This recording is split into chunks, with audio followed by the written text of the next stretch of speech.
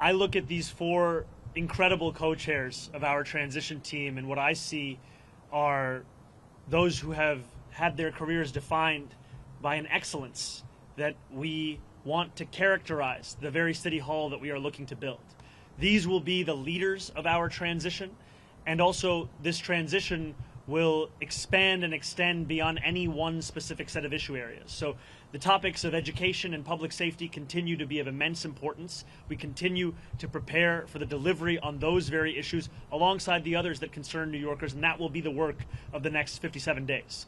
And just to your second question, I am willing to consider anyone to work in my city hall so long as they are committed to working for my administration and to delivering on an agenda to lower costs for New Yorkers in the most expensive city of the United States. All right, we'll go to Sam over here. Mayor-Elect Mamdani, Sam Alcock from Democracy Now! I have two questions. One, what did New Yorkers know that you were asking from Mayor Adams during the transition for the next 2 months? And second, you were not going to be the mayor for the next 2 months, but for months now, ICE agents have been abducting immigrants at 46 Federal Plaza. What is your message to ICE agents abducting immigrants? My message to ICE agents and to everyone across this city is that everyone will be held to the same standard of the law. If you violate the law, you must be held accountable. And there is sadly a sense that is growing across this country that certain people are allowed to violate that law, whether they be the president or whether they be the agents themselves. And what New Yorkers are looking for is an era of consistency, an era of clarity, an era of conviction. And that is what we will deliver to them. And I am looking forward to having conversations with Mayor Adams and his administration about the work of the transition to ensure that the handover is a seamless one and that it is one that benefits the shared work we all have to deliver for the people who call the City Hall. Thank you. Thank you. Everybody's asking too.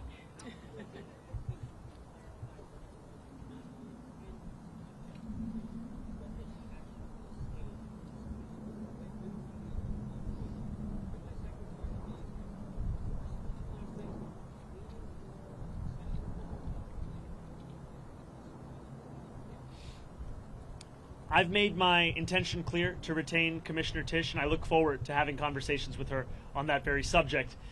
Last night, I spent time with my wife, with close members of my team, as we watched the results come in. I spoke briefly with Curtis Sliwa, and then I headed to address the thousands of New Yorkers that were there, waiting to hear of what this new era of government will look like. And that is always my focus. Not on the candidates of this past election, but rather on the people that are so often left behind by our politics, and I look forward to serving them. Yeah, Morgan, go ahead. Hi, sir. How are you? Doing well. How are you, Morgan? Hanging in there. So just two questions. Mayor Eric Adams just announcing that he plans to offer former employees who were terminated for refusing the second COVID vaccine, offering them the opportunity to get their jobs back. Hoping you can react to that. I know that has happened, but also just more broadly, he's also talking about stacking the right guidelines. What do you think about some of these efforts that he's making in these last final days to make it? The mayor is seemingly unsatisfied with a record of raising rents by more than 12% on more than 2 million New Yorkers, and has gone so far as to consider appointing someone to the Rent Guidelines Board who is known for being a star, I think, on a show called Selling New York. And in many ways, that's the description of what he wants to do over these next few months. I continue to believe in the importance of delivering relief for the 8.5 million people who love this city, who live in this city, but cannot afford to continue to be here. And last night I spoke of Wesley, an 1199 organizer that I met outside of Elmhurst Hospital less than a week ago. And as I asked him how long it took him to get to work, he told me 2 hours. I asked him, where were you coming from? He told me Pennsylvania. That, for many New Yorkers, is now the reality, where they have to live elsewhere because they can't afford to live in the place that they love. And that has to be our compass in guiding the work that we do to ensure that we can make this a city that is livable and make this a city that finally turns the page on an era of big money and small ideas.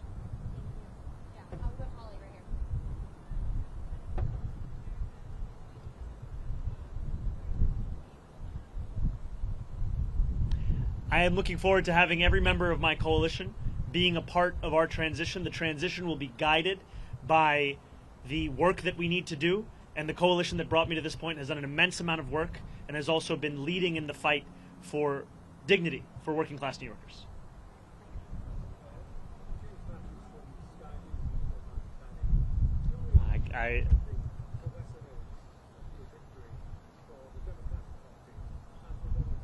Well, first I just have to say I've spent many days in my youth watching the transfer window close, final hours on Sky News, so it's a pleasure to have you here. Yeah, I'm an Arsenal fan. I have to be honest, when you said you were from Sky News, I just got very excited. Could you repeat the question one more time?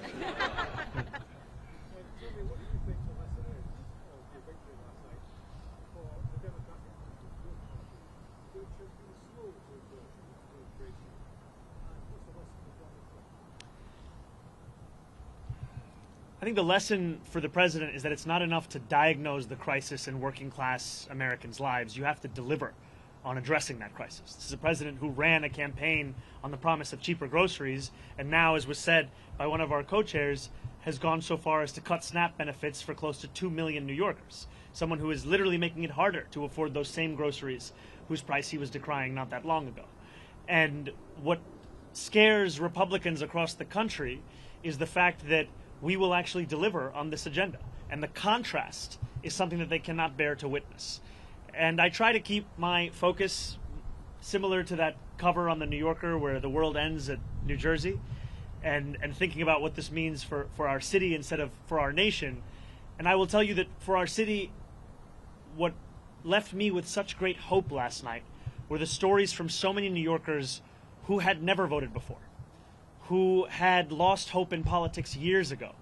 And to stand here before you, having received over 1 million votes in an election that saw turnout the likes of which we haven't seen since 1969, it shows that politics, once again, is offering more than just a settling for the crumbs that are not able to meet the needs of so many families across the city. We are finally offering a vision that can meet the scale of the crisis in working class New Yorkers' lives. Thank you. Thank you very much. Please.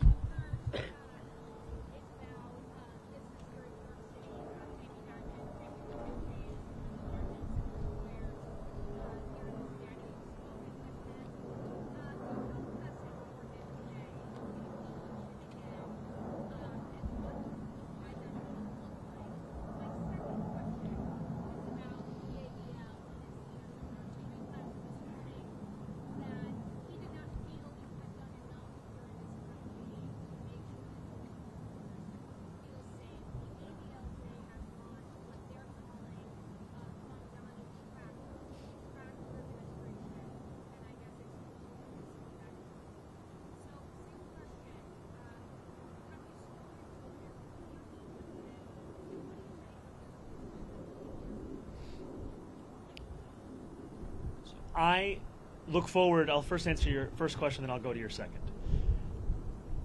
I look forward to meeting with Jamie Dimon and meeting with anyone who is concerned about the future of our city and is invested in the vitality of that same city. And these are not very different from the conversations I had over the course of this campaign with many business leaders who, while we may have disagreements on fiscal policy, we also found many areas of agreement as to what the city actually needed. And I think it is critically important that we start to embody a style of leadership that does not demand agreement across every single issue in order to even have a conversation. We need to be able to deliver for New Yorkers, and that means to meet New Yorkers, even those with whom we have any disagreements. So I look forward to having those kinds of meetings, be it with Jamie Dimon or be it with other business leaders, and continuing to show that our affordability agenda is an agenda that would also benefit businesses across the city. Because what I've heard from many of those same business leaders is that the inability for city government and state government to provide universal child care has led to businesses sometimes having to provide stipends to their own employees given the expense of that child care. Makes sense because child care in this city costs an average of $22,500 a year, which is a burden that many families cannot bear.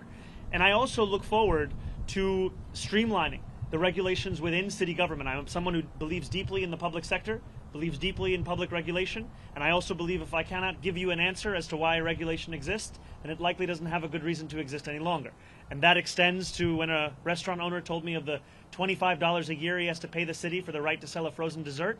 And it also extends to the way in which we fine and fee small businesses across the city, which is why we've committed to cutting that in half. And I have not spoken to Jonathan Greenblatt. I take the issue of anti-Semitism incredibly seriously.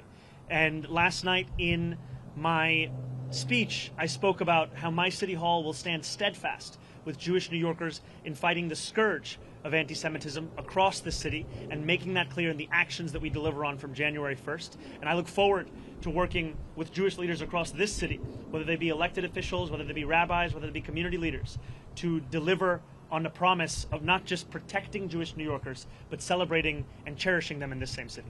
Yeah, go ahead.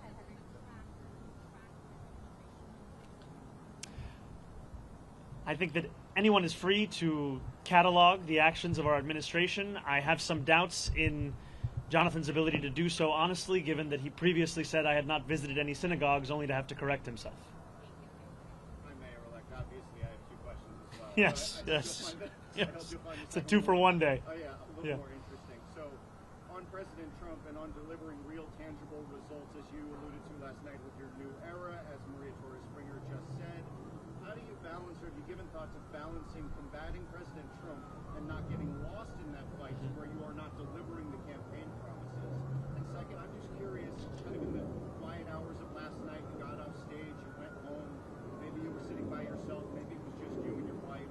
I'm wondering what those sort of thoughts in your head were in those quiet moments after this sort of enormous accomplishment and the weight of what's about to come your way.